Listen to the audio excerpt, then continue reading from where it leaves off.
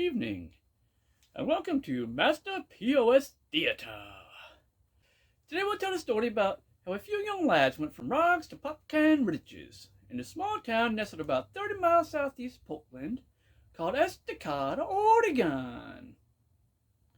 Here's the story.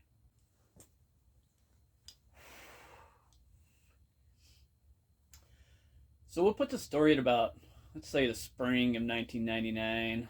Probably spring of 99 to about, almost to 2000. Maybe to about the winter of 99, late winter of 99. Whatever that would be. That was a fucking harsh winter, man. I swear a couple of us probably wouldn't have survived that winter if it wasn't for one guy. Well, a guy and his family, he ran a hot dog stand and they sold coffee and, they sold used cars at the little car lot uptown, but, there was some of those nights where it dipped down into the 20s, maybe the teens, or it was just raining or whatnot. We had nowhere to go. And I'm not saying he let us sleep in those cars or let us live there or not, but there was nights when there was, some of those cars were left unlocked, and, some nights some of us had no other choice but to crawl in there and, try to survive and do what we could to survive those nights. That guy, in my eyes, and a couple of us, that guy was just a small town hero. They tried so hard to get rid of that guy, and all he ever did was try to help some of the kids who had nothing in that town. A lot of those kids just had nowhere to fucking go. A lot of us, our parents were drug addicts. Not my parents, but, a lot of people, their parents were drug addicts, or they're abusive, or they didn't have parents, or they were meth cooks, or whatever the fuck, There's a few of us that know how much that dude meant to us, A lot of people took advantage of that, and, that dude probably has a lot of regrets about it, but that's a story for another time, So yeah, spring of 99, I had already got my, my false arrest for that shit I didn't do earlier that winter. I'm not gonna lie, man, I just kind of lost hope. We weren't hanging out at the car lot anymore. We had a couple of places we stayed at. One was called the Monarch, which was a fruit drying shack down by the timber park. It was a 2-story. It was like built back in the 1800s, but it kept us dry. It's kind of a long walk from town though, and we'd always be soaking wet by the time we got there, so we tried to avoid that place. We had another place called the Hilton, which was just a fucking room inside the stadium. Somebody had broken in there. I never stayed in there because I just, never want to get in trouble or nothing. I was trying to keep my record semi-fucking clean at the time. Yeah, Estacada, man. We were on some fucking Dazed and Confused type shit out there. It was one hell of a fucking place to grow up. We never really had much to do but fucking go up on the river and get drunk, go up in the mountains, get drunk, fucking party. We didn't really get into the dope and shit till, 20s. So most of the time, we just spend our time down at City Hall looking for beer funds, looking for weed funds. That was a good spot because, the two highways connect and everybody from town would just, stop by there usually, and you could fucking get your money together and go upriver and fucking party and shit. We're the good old fucking boys. We fucking thought we were. We never fucking amounted to much doing that shit, but fuck, we had a hell of a fucking time. But down at City Hall, there was a cop shop and a library. Inside the cop shop, they had this big old wall. Had all of our fucking pictures up on it. They called it the Wall of Shame.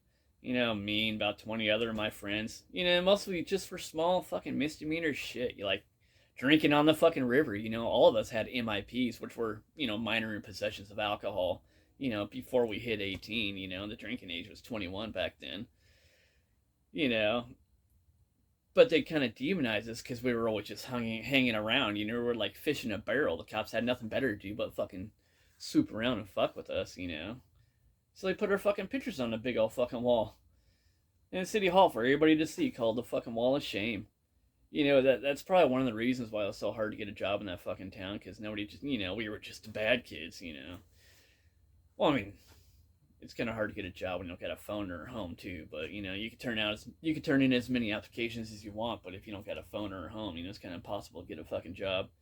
There's always a lot of side fucking hustles in that town, chopping wood, picking mushrooms, cleaning up, whatever, but for the most part, it's kind of hard to get. It was kind of hard for some of us to get jobs in that town, but we should have learned just to get the hell out of that town, but fuck it, man. I mean, they wanted to make us criminals so bad. We just became criminals, really had nothing better to do but, sit around and get drunk and start our beer cans and figure out, small time hustles, how are we going to get our beer money today, how are we going to come up today? Eventually, so we at the drinking spot we would collect our cans. You know, you drink a 12-pack, drink a couple fists, you know, collect your cans, go back uptown. We had one little hustle where you know, we knew a couple people that worked at the local IGA store, you know, and the people that counted the cans. So you know, we'd go in there with a little paper bag full, you know, 20 cans, you know, about $1 worth of cans, 95 cents worth of cans, and they would fill out these little paper receipts. You know, it'd say 0.95 or 0.95, or they were all typed up, all except for where they put the amount that you got. So, you know, we'd go down there, we'd bring about 35 cents worth of cans. I was like, okay. And you walk back around, and on the way into the store, which is right, 1 and a 0 before the 6.5. You got 10.65. Well, there you go. There's another 12-pack. Head back to the river. Because we knew some of the people that worked inside the store. You know, this guy, DP, we'll call him. He kind of counted some of the cans. He's kind of a old homeboy. I haven't talked to him for a couple of years. I hope he's doing all right. But that couple of us were his liquor buyers, so you know you really didn't have a choice. Because you know, if you want to say something, you're gonna lose your liquor buyer, your alcohol buyer, or your cigarette buyer. You know, so we got away with it. You know, we would do it a couple times a day, and we would just find somebody else to turn in the ticket, or we'd find some. So we'd send different people into the store with different, you know, we would send different people into the store, and they'd, you know, cash out a couple different times a day or whatnot, you know. So we did that little hustle for a while. You know, it worked out pretty good. But well, they ended up getting rid of the hand count because they came out with these can machines, right? So we're kind of screwed at that point.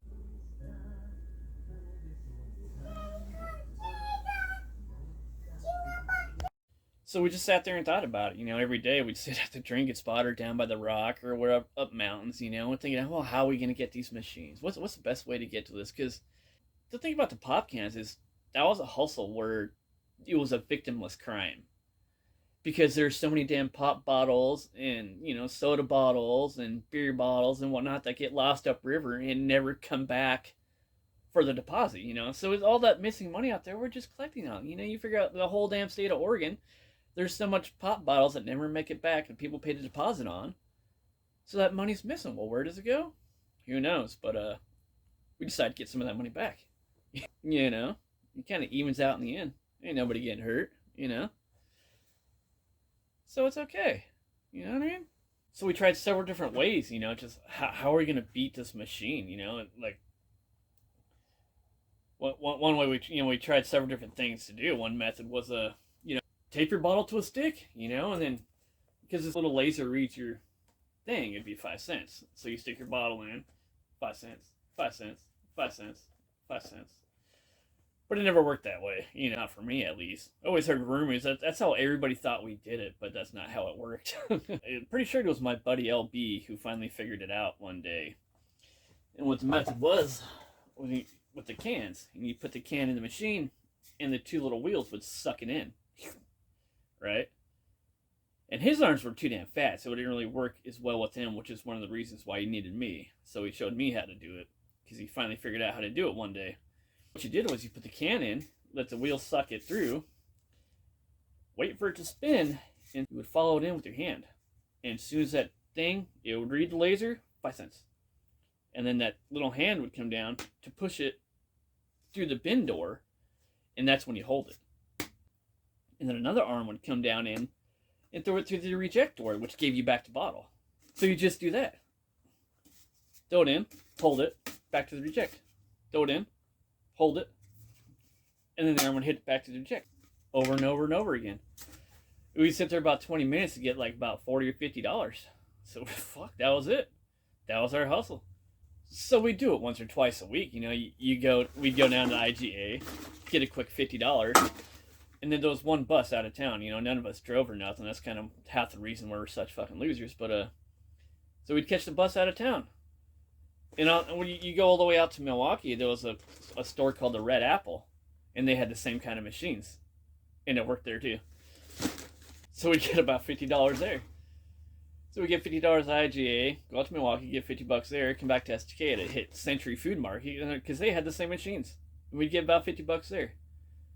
You know, once or twice a week we'd do it. And then once you get that money, you know, you get a good $150 day, you go get an ounce of fucking weed.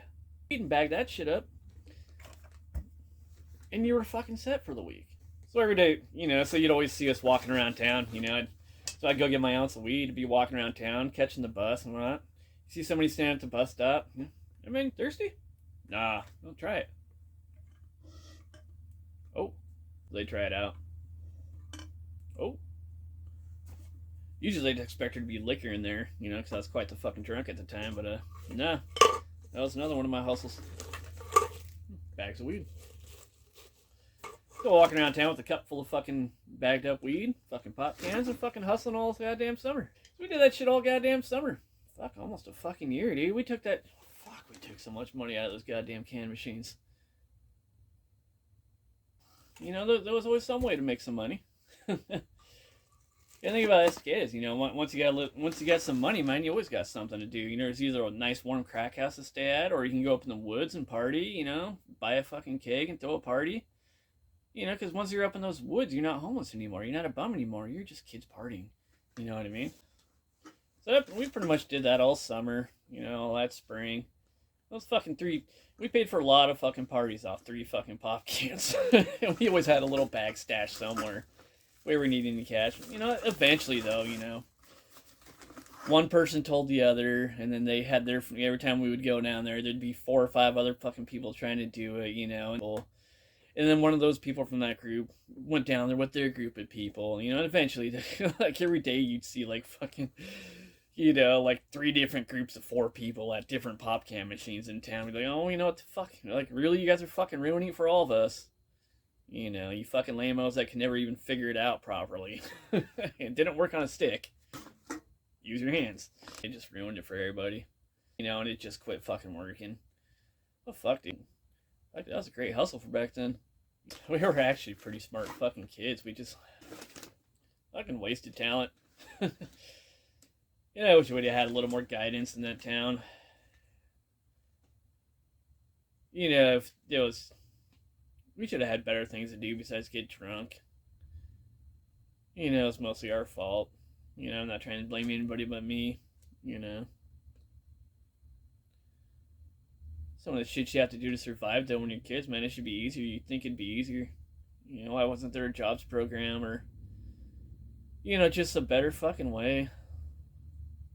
Or maybe we're just too busy getting drunk to figure it out. I don't know. You live and you learn. Till next time.